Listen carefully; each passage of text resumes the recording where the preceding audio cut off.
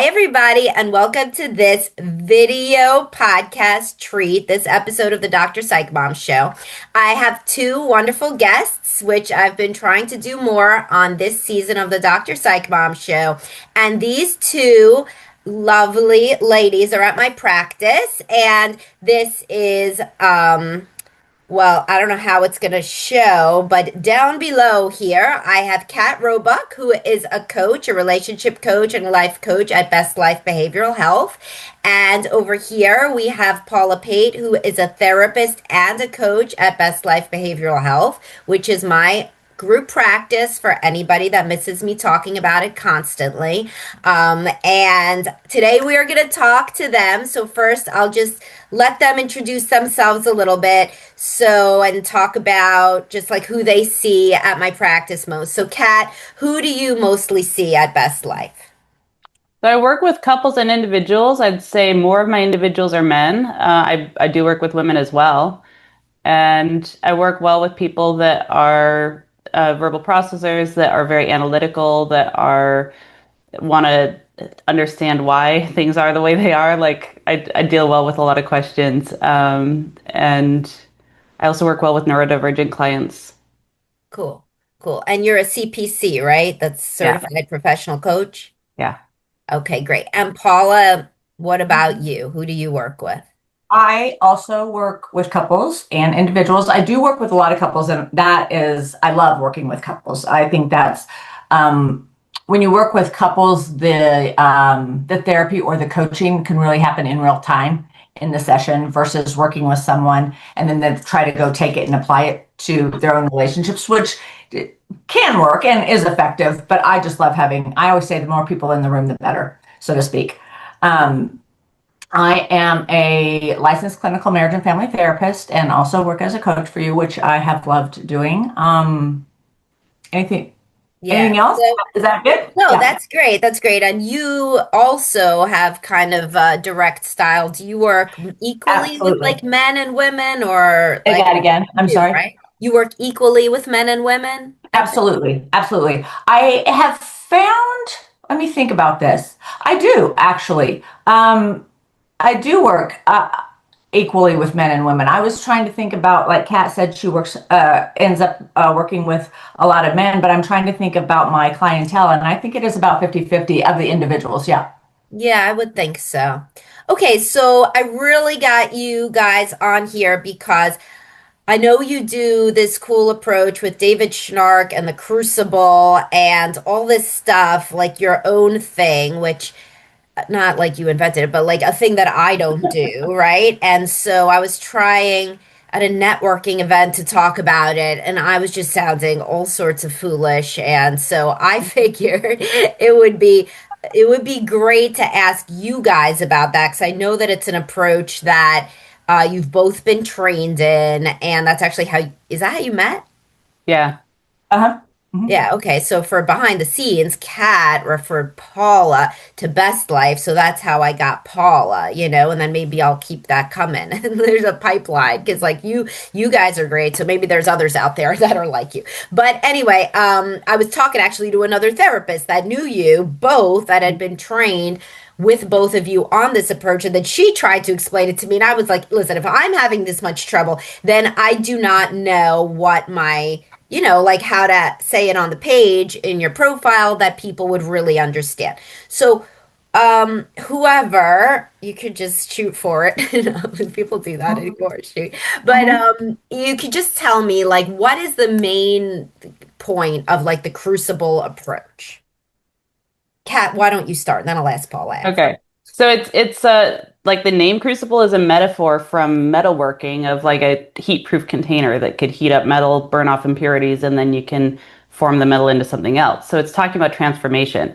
And it's saying the container in this metaphor is the marriage or the committed relationship. The pressure and challenge that's kind of inherent to loving someone for a long time, being really committed to them, having them see you up close, pressures your personal growth and that's just a normal part of being in a marriage. And so everyone's going to hit difficulty at some point if they stay together long enough. Okay, that's interesting. And so how does that manifest when you're like talking to people using that metaphor? Like, how does that operationally help with the perspective on the marital struggles? I don't actually use the metaphor that much. Do you, You Paula? don't use it. No, no, Yeah, no, I don't either. Nobody uses the metaphor, but I like the metaphor. it It is is a a good good metaphor. metaphor, but it Because doesn't come otherwise up. it sounds like it sounds religious. That's the main problem with this whole thing. Have you not, Oh, maybe you're like in the zone too much that you don't hear it, but crucible sounds like crucify. And then Interesting. multiple people have said to me, is this a Christian counseling approach? oh, And I have to really? say, no.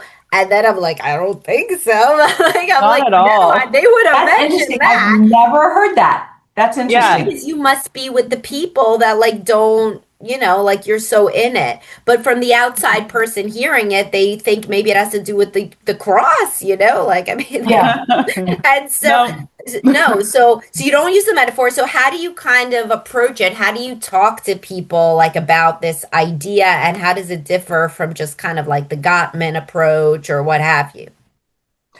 The way I talk about it to clients is I will share that it's a differentiation based approach, and a lot of times I think people when they hear the idea of differentiation, they think about it as separation from, and with regards to this work, differentiation really means the ability to grow oneself, hold on to oneself while staying in connection with another person.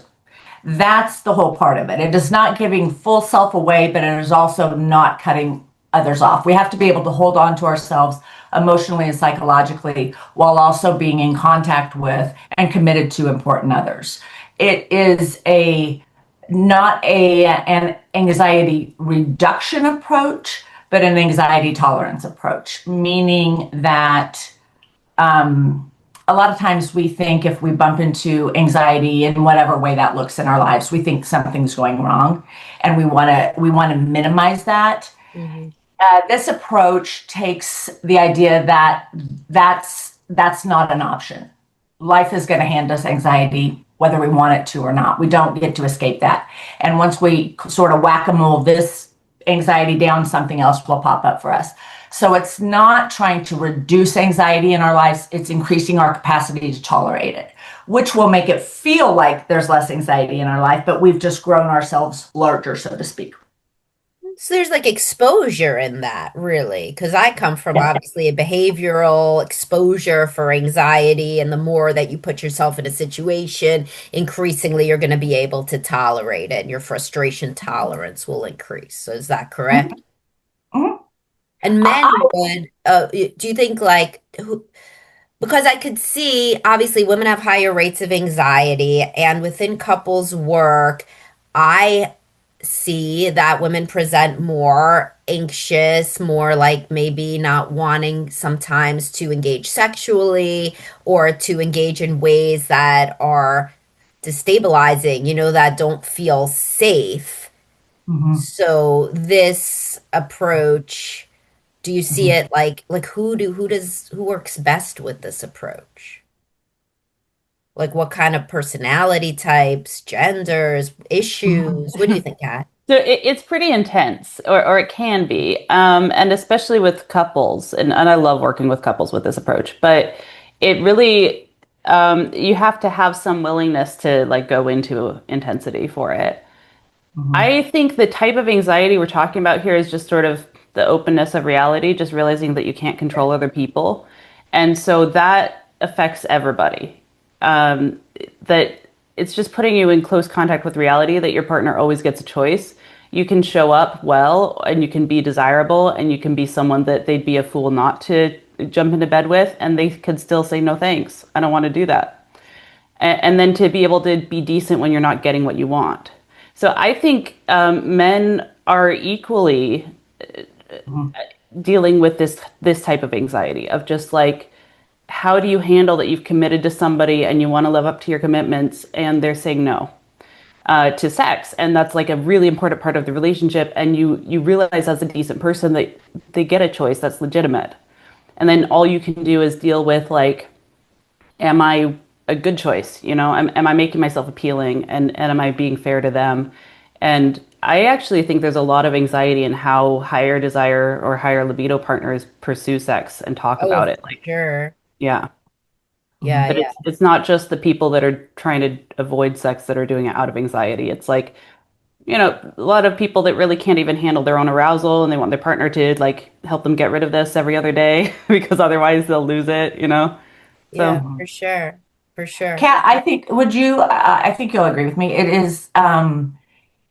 It's looking at the typical and often common difficulties that people bump into in relationships, and not looking at those as though something is going wrong, but as a natural thing that happens in relationships when you have two separate people that are together. So it is not about fixing a problem, but it's about growing a self to deal with the problems that are natural in relationships. yeah, I agree. And it focuses a lot. So it's based on the work of Murray Bowen with family systems theory, but it focuses specifically on applying that to the sexual relationship. And that's an area where it's completely normal for people at some point, if they're going to be married for 20 years, to have a major difference in who wants sex more. That they're not going to have the same desire the whole time. And so this is like in the category of just normal things that people have to face, and they have to find a way to be decent about it. And it's genuinely very hard. Like rejection is hard to handle, pressure is hard to handle. It's hard on both sides. Yeah, yeah. And is this an approach, the Crucible, for individuals as well to think in this way? Or is Mhm. this, it is? Mhm. Because the concepts that Kat's talking about right now, as it relates to sexual relationships, are the same qualities within ourselves that we need to have, or it's lovely to have when we bump into other distressful situations in life, when we're not getting what we want.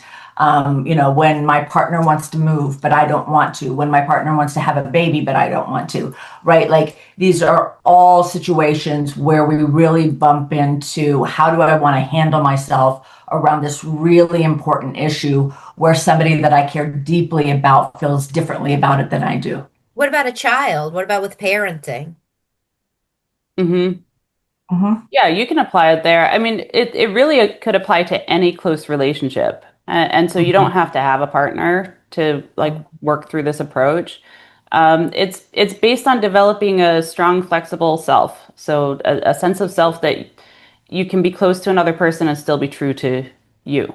Sure, that sounds pretty good. I mean, I work with a lot of adult children now with their parents and the parents, and it sounds like something very useful to work with for parents of adult children. I know, Paula, you have adult children, and more, and Kat has children. How old are your children? They're 12 and 14. Oh, my condolences.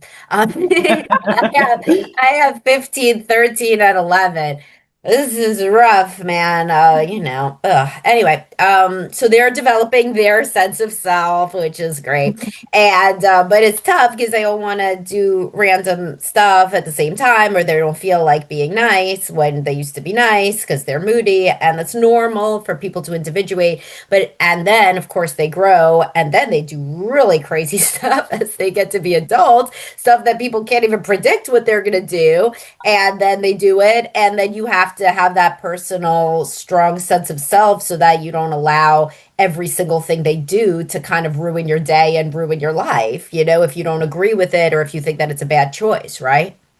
Yeah. Mm-hmm. And not make it all about you. Yeah, not make it They're all their own about you. person. Yeah. Yeah. Now, unrelated to this is the passionate marriage stuff. That's a different thing. David Schnark. No, that's This part is of it. That's the title of a book that's that a he title. wrote that speaks to the concept of crucible therapy. It Is it is a written, good book? Should we recommend it to people? Should it be on my all of his books I would recommend. Yes, yes. What's the one that talks about Intimacy and Desire is one I recommend a lot to clients. what's it Mhm. called? Intimacy and Desire. Intimacy and desire. Where's the one where you talk about normal marital sadism? That's That called would intimacy. that would be in both of those, I think. Is it in Maybe both of talk them? more about an intimacy and desire, Kat. Is that right? Do you think? I would think it would come up more in that one because it's Yeah. Passionate Marriage was his first book, and he developed his ideas more before he wrote Intimacy and Desire. Because I see, and we have this Facebook group, and you guys are both in it. It's my paid Facebook group for anybody watching, $4.99 a month. My cheapest offering. And people come in and they talk, and somebody mentioned something like, because a lot of the people in the Facebook group are seeing somebody at Best Life, and somebody said something about Kat said normal marital sadism. So what is normal? What is that, Kat? Oh, this is just like the normal ways that we can hurt people, knowing about the impact we're having, because we're immature and it's hard to handle So like ourselves being passive well. aggressive or making a snarky comment or those kinds of things. Yeah. Yeah. Mhm. So this is just, it's more of a realistic based approach. It sounds like that is rooted in kind of the reality that we're not going to like everything. We don't always act perfect. And like we, instead of kind of disavowing that, because people come in and they're like, I do everything right, and I am a big martyr and I do everything for my partner and they don't do anything. And I'm like, can that even be correct? Obviously, I don't think so. And it turns out that there's these interactions that there's nobody would say that one person's right all the time and one person's wrong. Do you ever get the people that show the texts? Like the couples where they're Mhm. like reading through their texts in the session. Have you seen that yet? That is really eye-opening. I mean, to see the text and each of them truly believes that when I read the text and it's with permission, they're both showing it to me. They both think when I read it, I'm going to be like, you were right, and I'm like, Mhm. this was a Mhm. terrible Mhm. interaction. This was deeply bad on both sides. It's hard. It's hard to make. How do you grapple with, I mean, this is away from the snark stuff, but just in general, when you're working with couples, how do you grapple with this idea that one of them, at least one of them in my experience, feels like frequently that they are not being heard, or that I am going to like the other one more, or that I said something in one session that one person was on one person's side. That is a stressful part of couples counseling. And usually, I mean, it resolves, of course, but do you guys handle that as well? I mean, how do you think that goes? Is that stressful for you? Um, I think the more differentiated I become in my own life, the less stressful it becomes. But this work is work that I say all the time, if you're breathing, there's work to do. And so it can be stressful, but I think when I have those situations, um, I talk to a client about it's likely that they're not wrong about the thing that their partner's doing. I mean, it's there, and yet are they willing to look at what they're doing that's in the relationship that's contributing to the problems that they have? That really is the only thing that they can do anything about. And sometimes it is, what are you doing about how you handle what your partner's doing from the best in you? Yeah. Right? Even if my partner's being unkind or snarky to me, my responsibility to myself and to the relationship is to speak to that with the awareness that I love this person that I'm speaking to who's treating me unkind. And I have to work to hold that while I'm dealing with the problem. And that's really, really hard to do. That's a personal development issue, Yeah, a for sure. maturity issue. And Yeah. the other aspect of personal development that I think really plays in here is it's every adult's job to be able to take care of themselves pretty much. And so if you're in an unworkable situation and your partner's really not willing to treat you better and you've had a lot of help and you've tried a lot of things, it's on you to figure out how to take care of yourself in that reality, which could mean that the relationship isn't the right fit for you, Correct. But to just like look at it as it's my job to make sure I'm okay. And if other people aren't treating me right, it's my job to handle that. Yeah. I Self mean, confronting is a large part of Crucible work. Self self-confronting. confronting about what I'm doing, self confronting about what it is that my partner is really doing that I don't want to look at. So I don't have to make a more difficult choice if it's not a healthy relationship for me to be in. It's really pushing to just get clear with oneself, be honest with oneself about. I think Snarsh said it. I'm not. I'm going to attribute it to him. That crucible therapy is really about dealing with life on life's terms. And that is just we have to deal with reality, whether we like it or not. And how are we going to deal with it in a really solid way? And from the best in us, not the worst in us. And it's really easy to access the worst in us.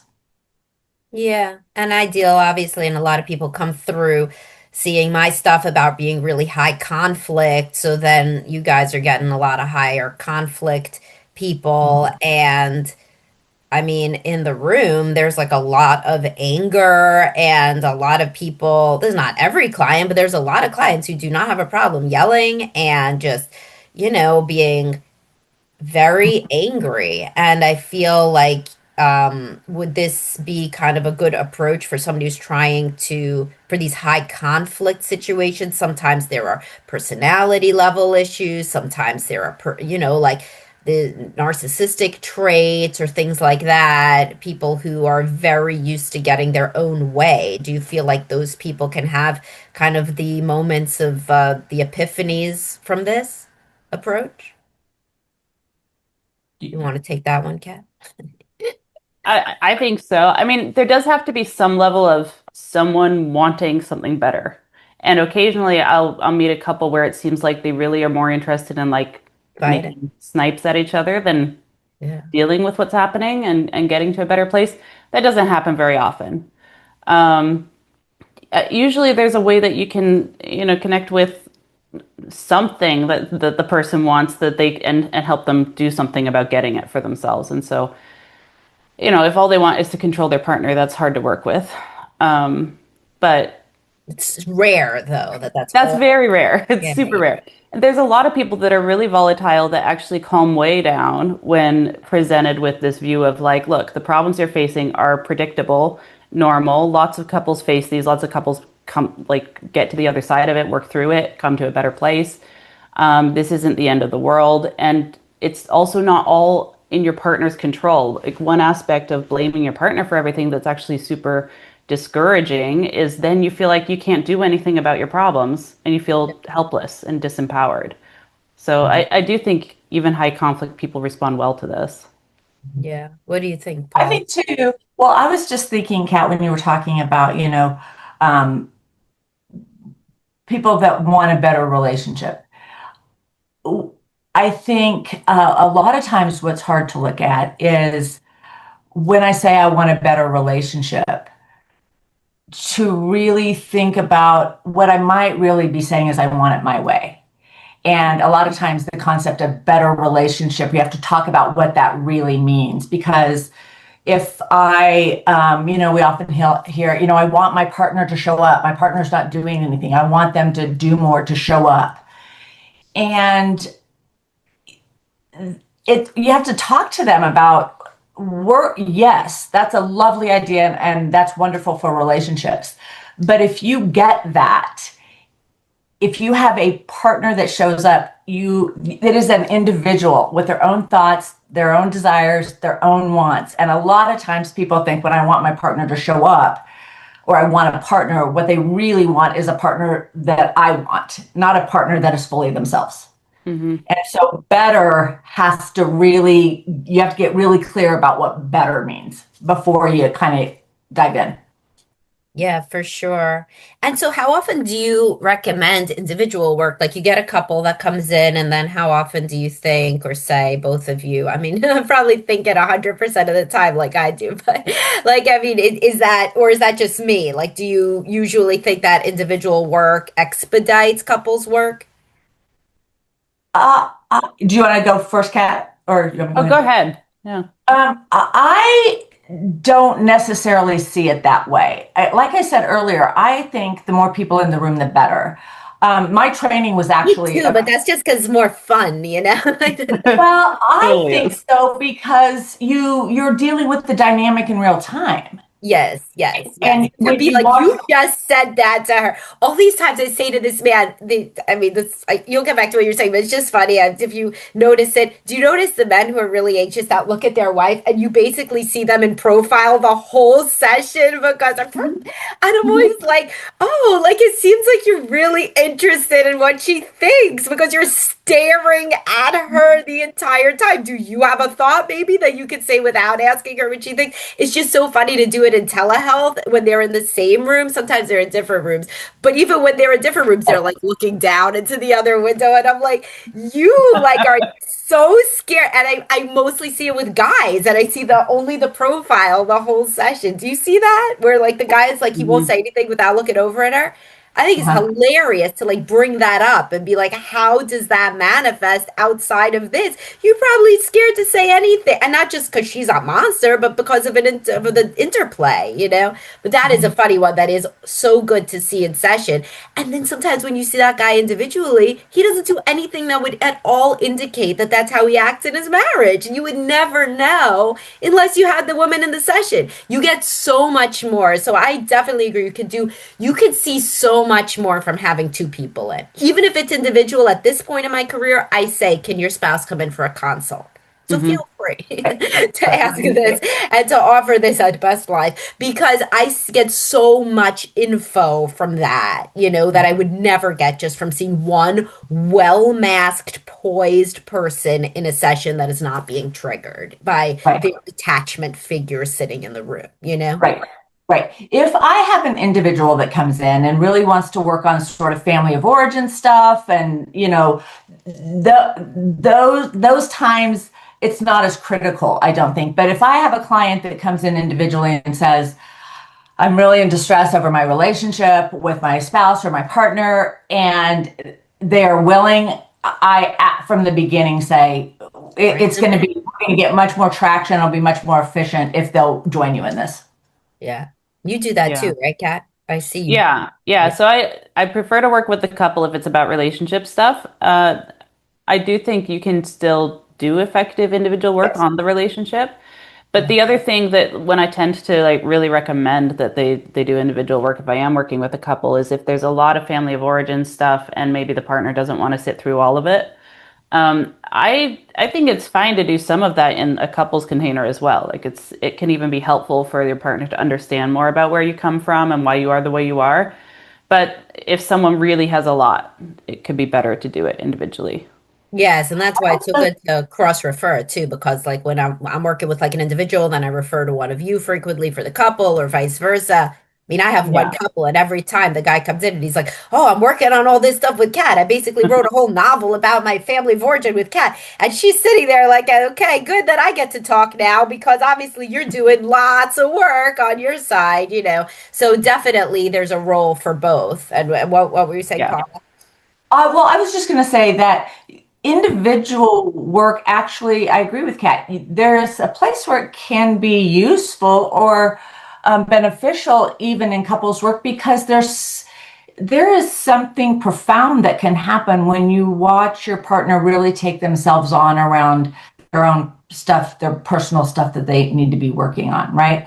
If any of my clients happen to listen to this, this will sound familiar to them. I say to clients all the time that if you really want to work on your relationship, if you're thinking about or focusing on your partner, you're not going to be working on the relationship. To work on a relationship, you really have to focus on yourself. How am I handling myself? What kind of partner am I being? What is my partner up against when they have to deal with me? So it's really individual work to benefit working on a relationship. That being said, individual work really has to take place in a relationship because this is the line I always use with them, right? If I'm on an island by myself, I don't have problems with anyone, right? I bump into my shortcomings. I bump into the things I need to work on, and they're reflected back to me in relationships. So to work on a self, I have to be in relationship, but relational work is really individual work.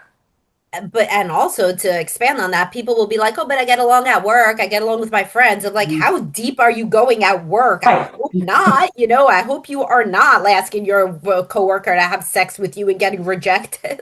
I really Right. hope that you're not being triggered by having to do daily life when you are ill and exhausted with like your friend. When does you like your friend? You just wouldn't see them if you were in a bad mood. You would just cancel hanging out, you know? So nothing is going to be really triggered unless it is an intense Sure. attachment figure. This stuff doesn't get triggered. It gets triggered by your kids, it gets triggered by your parents, it gets triggered by your partner. That's who it Mhm. gets triggered by, siblings, but not just, I have all these friends. I'm like, and every high functioning person that's going to be in outpatient therapy or coaching can have friends. Mhm. It's not a big thing to say that you have friends, but then you don't have problems with them. Nobody has problems with their friends. You pick your friends so that you wouldn't have problems with them. So Mhm. it's very different. Mhm. Yeah, and a lot of these people, their coworkers actually would be shocked to see how they talk and act at home. Like they Hmm. really genuinely aren't. It's not just like that their partner is hard. It's like they don't show up this way at work either. They don't do this kind of thing. You know, Mhm. Yeah. so it's a whole They're different context. Yeah, Mhm. for sure. And then there's the idea that people think they're supposed to be like their worst self at home. They're like, but I'm masking with everybody else. I was like, why don't you mask then? Like a little bit in like your relationship, just a little bit so that you're not being completely terrible. But yeah, that is also the genuine self has to grow. Otherwise, you do feel like you're masking at home and then you do feel like you're not being genuine. But some people think your genuine self is like your worst self. Hmm. Hmm. Like the And then they most wonder why their partner doesn't have more desire for them when that's who's showing up all the time. right Mhm. is like literally the worst self that you Yeah. never would have started to date, or you wouldn't even be friends with that person. Yeah. Mhm. So, Mhm. Mhm. so in terms of coaching, Kat, why didn't you become a therapist? That's a question. It's a question I've always had. But it do like really like I mean, obviously it would have occurred to you. So what Oh is your yeah, I mean, I still might. I was looking at grad schools last night, so it can still happen. Um, I didn't. I'm not very drawn to the like diagnosis model. That's not my interest. And I guess part of it for me is actually like I have a history of depression myself, and I tried treating it through like the kind of diagnosis model for a long time. What ended up helping the most for me was more of the differentiation. It was just like developing more of a self, becoming an adult in my own life, and not being so concerned about what other people think and want from me all the time. So I guess I've just had this experience of this being so transformational for me, and it's a non-pathological perspective.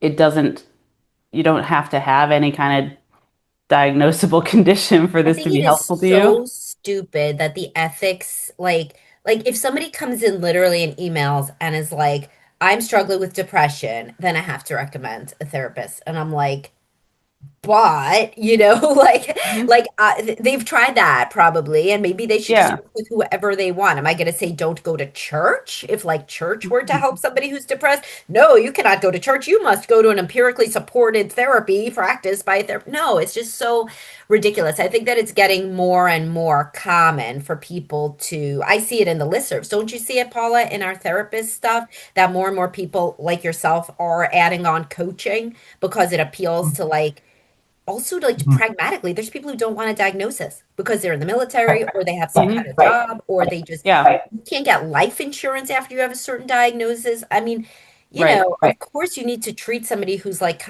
who's really deeply struggling. There are plenty of high functioning people with depression that is Mhm. this existential angst. If they would have worded it as existential angst, then I got more options to refer. It's just like Hmm. kind of does not make any sense to me. Yeah.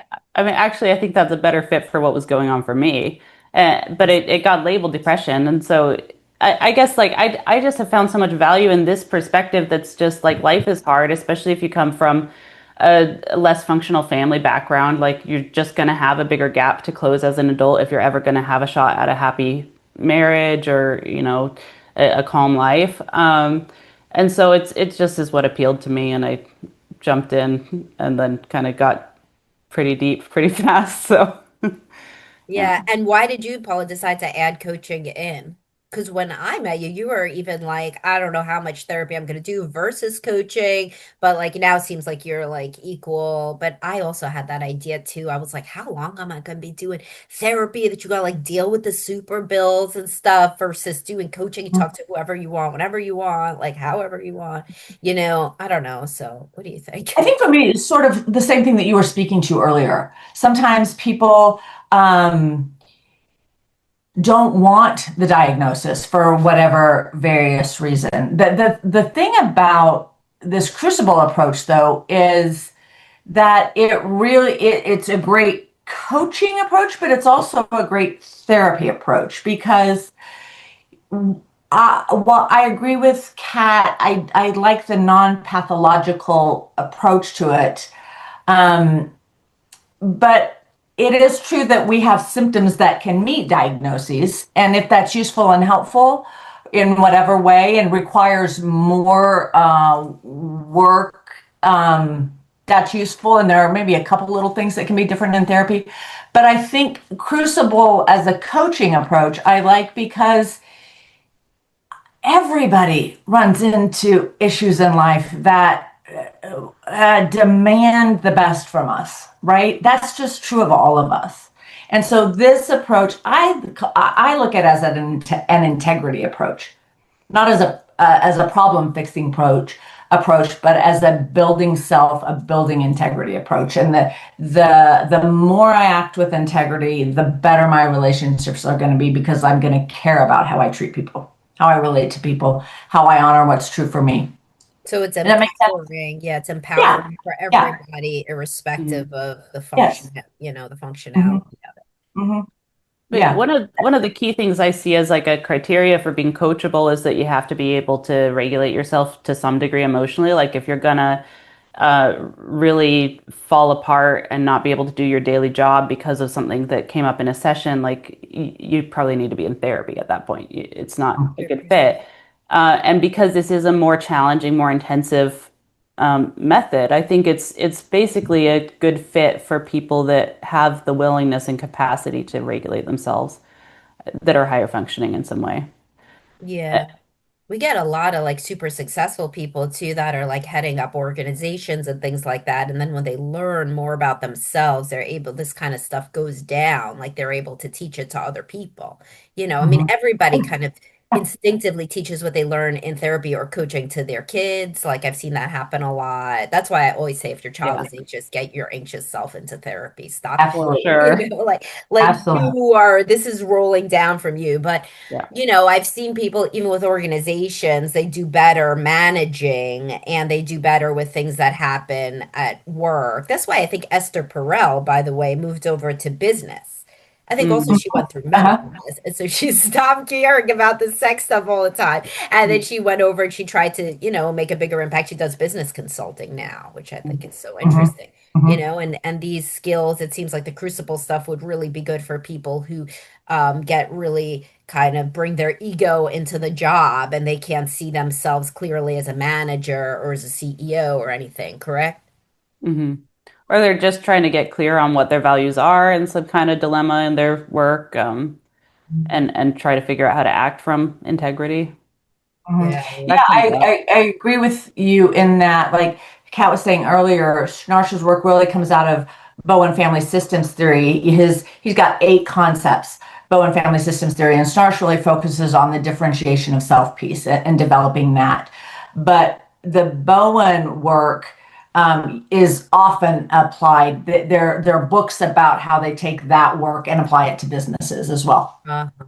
Yeah, yeah, yeah. I think that's pretty interesting because especially when people they're an entrepreneur and they head up their organization, then it's really all based on their personality. And if there's something wrong with their personality, that's certainly going to affect like everybody in their path.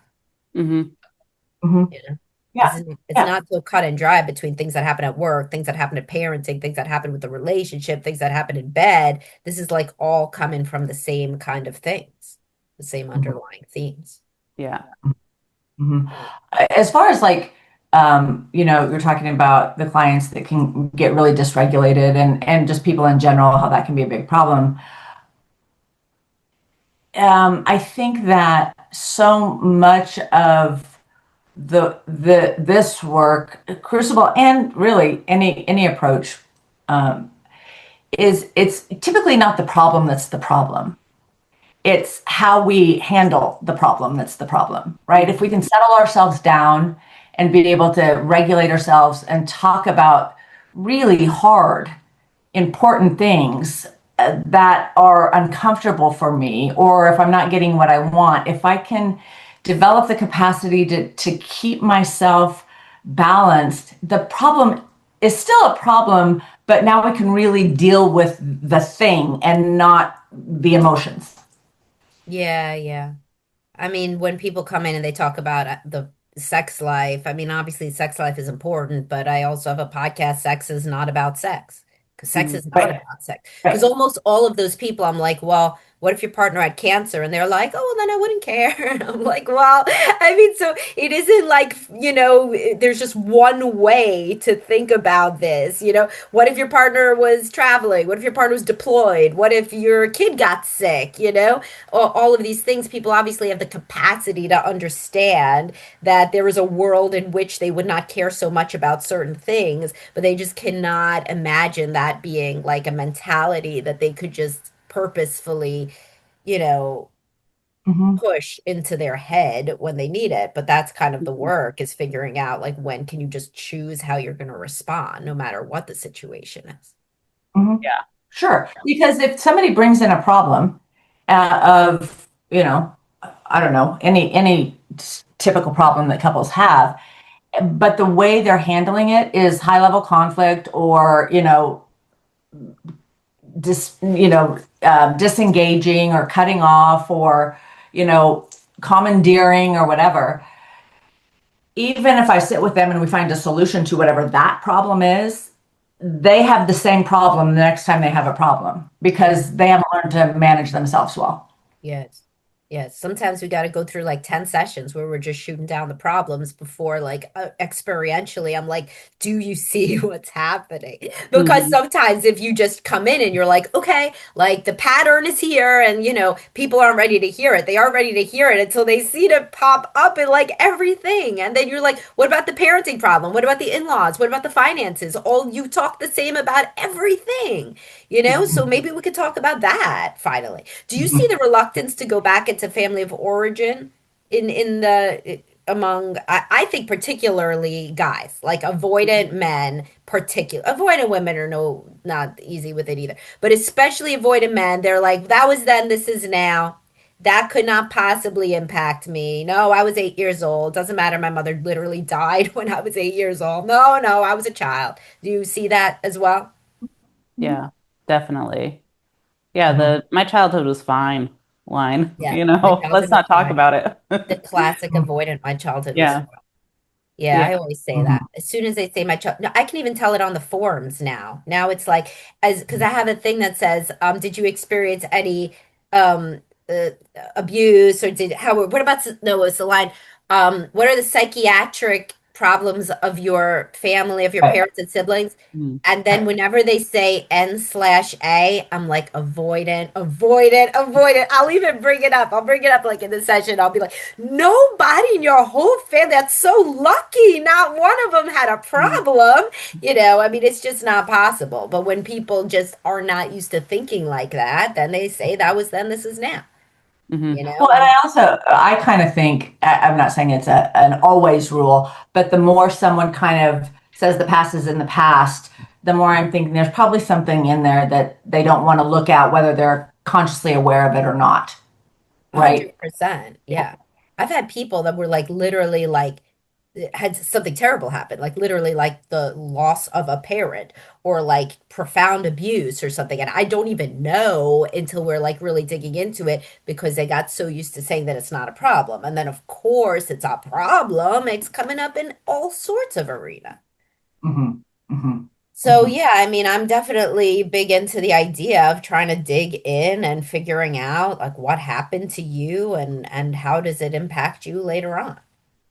And the One thing I'll say too about this approach is that And when I use the term anxiety here again, it's not specifically the DSM diagnosable version of anxiety, but just the stuff of life that we have to deal with, right?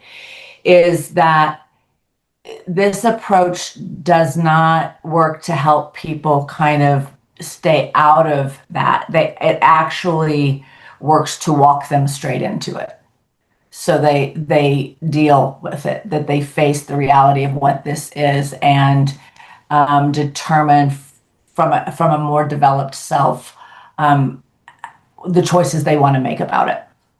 Yeah. How long do you usually have people in this approach? Like, how long do they come in? Do they stay for a year? Do they stay for 6 months? Is it like all vary? It varies. Hmm. Varies. What's your That's my favorite? experience. Do you like to have long term, short term? Like, I have some people, I have somebody who came in when my second daughter, who just turned 14, it was in my belly. And he left and he came Wow, back. I'm that's like, cool. Jesus, this is a long time. That's like my longest one because I also moved, so I had some people here. But over the course of a life, they come back so much. They will go and then they come back. But anyway, do you like better doing those initial sessions or the longer term stuff? I think it's really fun when people want to do long term because you can go deeper just inherently. You get past those surface layers and then you start to deal with your more core issues. Yeah. So I think that's really cool. And I think the more someone's willing to look at their family of origin, the more clear they're going to get on themselves as well. Because Yeah. you're going to be like your parents and your family. Like everybody is like their family. You can't help but be like your family. And so if you're Hush. looking away, That's anathema. Adult children of dysfunctional families do not want to hear well, I don't like it either. I would change the rules if I were in charge, but so far I'm not in charge. that. But yeah, and so I think there's a real link between like somebody that doesn't want to look at that, doesn't want to get into detail about their childhood, their parents, what it was really like, and also doesn't want to look up close at what it's really like for their own children or for their partner or like, what's it like to be in the family that you're creating or to be close to you. Yeah, and that stuff happens over time. You Hmm. get more into it. Yeah. So yeah, I find if people come back for a long time, there are people I've been working with for years, that we just go so much deeper. You get some of these people I see come across in simple practice. They book with you like 3 times a week or something. It's like, what is this, psychoanalysis? No, for real. It's like 2 hour sessions twice a week or something. I'm like, Jesus, move her in. That's so. Okay, so that I don't think that's happened long term, but I have had people who come in like just a pretty acute situation. They're just like really not doing well, and they have the time and money, and they just want to take it on really Yeah, fast. sometimes people come to that stage of life where they have the time and the money, and it's like they have now done everything that they want to do, and now they're like, I am now really gonna dig deep. Those are very interesting, Kate. Those are interesting people to work with because they have the Yeah, motivation. They want to spend the time. They never had the time, but now they get right. to a place where they can do something like come in twice a week for an hour or 2 hours Yeah. or whatever. Yeah, I had one client who started out like very intense like that, and then once he had a clear view of his family and himself and what the issues were, then it's like much slower, harder work to actually shift any of that. So he slowed way down at that point, wanted more integration time. But for the initial thing of just like what even happened to me, why am I like this? He Yeah, did a lot people of they sessions build the with those together. momentum. Mhm. Yeah. Mhm. Do you see that, Paula, as well, with like kind of people really want to come in much more and more intensely at the beginning? I mean, I never seen anything like what she does, but I've not had anything like what you just said. The cat had 2 hours twice a week. No, I haven't had that, but yeah, I do. And I do think there is something about this approach that speaks to that. There's something really appealing about really growing oneself and pushing. diving in, dive like that Yeah, intense. dive right in. Yeah, I think too. Like the long term, I do like working with clients long term, and like Kat was saying, digging in deeper. I think sometimes you have to be careful because it is just kind of, I think, a natural thing that it can become comfortable for clients. Mhm. And as a coach or therapist, you want to pay attention to not sort of sitting in that comfort with clients and really pushing them like, okay, what more do we want to work on? Because it's Yeah. not ethical for me to just kind of sit Right. here with you. They And they don't should. want to give it up, but they don't really want to go further. So you have to navigate that sometimes too. Yeah, for Mhm. sure. I mean, some people want to come in monthly, like in perpetuity, but I never let people come in monthly unless it's been like we've done actual work. Like some people want to Mm. start out monthly. I'm Right. like, I don't even like how, like what, I don't even remember what happened to me last month. How are you going to engage at like an intense level monthly? The least that I'll book for the beginning is every other week. Ideally, it would be weekly and then it would go down and Right. down and down or not. Like some people want to come in. But eventually, if it's like a few years, I'm like, no, I'm not gonna see you every week. What are we talking about every week? You got better stuff to do than talk to me every week for like 3 years. But then again, there are people that have they have changes of stage. So it's like they're Yeah. always have an Yeah. adjustment disorder because they're always adjusting to something. They'll Mm. have a new baby, or somebody will this or that, or they're going through a divorce. So I guess it's very individual, but it is good. That's the thing with coaching too, is that you could just say, all right, fine, come on in because I don't have to give you any CPT code and we talk and talk Mhm. and talk, and then for some people that's like a really big deal.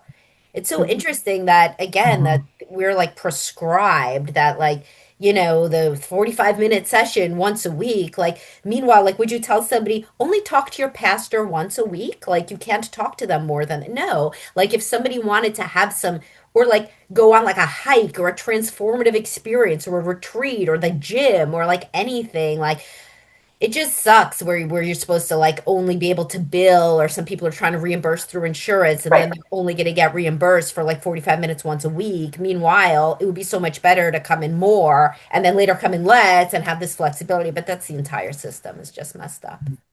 Yeah, I think the coaching model Yep. is more similar to like a personal trainer, where if you've got ambitious goals, you want to work fast, like there's no reason you couldn't see a personal trainer more than once a week.